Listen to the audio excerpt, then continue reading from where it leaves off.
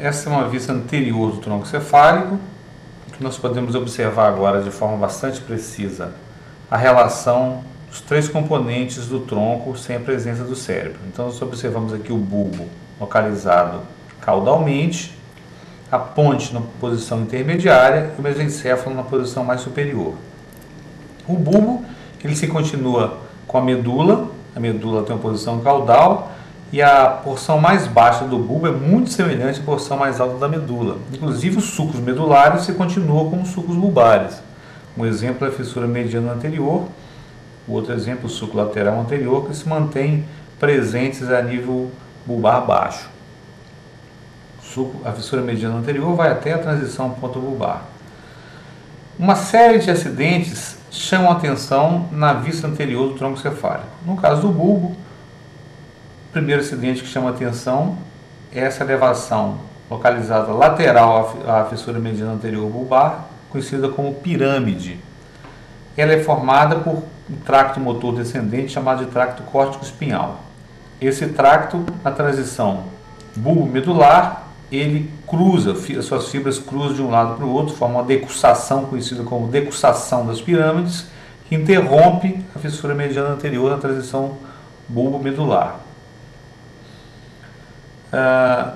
Como observação, toda essa região anterior do tronco cefálico, da pirâmide até o mesencéfalo, está relacionada a fibras motoras, e eu vou mostrar daqui a pouco esses tractos descendentes dissecados. Na região mais lateral à pirâmide, nós encontramos um outro acidente, que é a oliva, bem característica, essa estrutura arredondada, ovalada, que corresponde a um grupo nuclear importante chamado de complexo olivar inferior.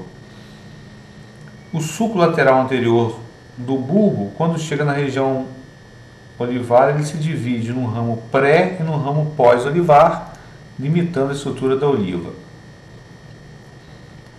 O bulbo está limitado superiormente, está limitado com a ponte através do sulco bulbo pontino, um sulco bem evidente. Nós observamos bem na linha média uma pequena cavidade que separa as estruturas lateralizadas. Nessa região, um pouquinho acima, já começam as fibras transversais da ponte que se dirigem à região do cerebelo. Essas fibras de sentido transversal, fibras transversais contínuas, são fibras também motoras que vão ser processadas na estrutura cortical cerebelar, e esse conjunto de fibras conflui para formar uma estrutura conhecida como braço da ponte ou pedúnculo cerebelar médio. O limite entre o pedúnculo cerebelar médio e a base da ponte é a emergência do nervo par craniano trigêmeo. Esse nervo par, o trigêmeo é o maior dos nervos pares cranianos, essa emergência é bem característica e é visível na maior parte das peças anatômicas. Na região alta da ponte, ela vai se limitar com o mesencéfalo.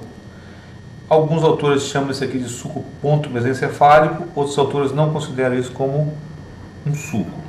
Na verdade, a estrutura mesencefálica é bem diferente da estrutura pontino, dando para perceber claramente a diferença entre um e o outro. O que chama atenção inicialmente são duas elevações conhecidas como pedúnculos cerebrais. Esses pedúnculos também são formados por fibras motoras descendentes, e entre eles nós observamos uma pequena cavidade chamada de fossa interpeduncular. Logo acima, nós já temos presença de estruturas pertencentes ao cérebro, mais especificamente as estruturas do diencéfalo, do hipotálamo. São essas estruturas o corpo mamilar, o tubo ecinério e o quiasma óptico. Esse conjunto faz parte, portanto, de estruturas diencefálicas e não pertence ao tronco.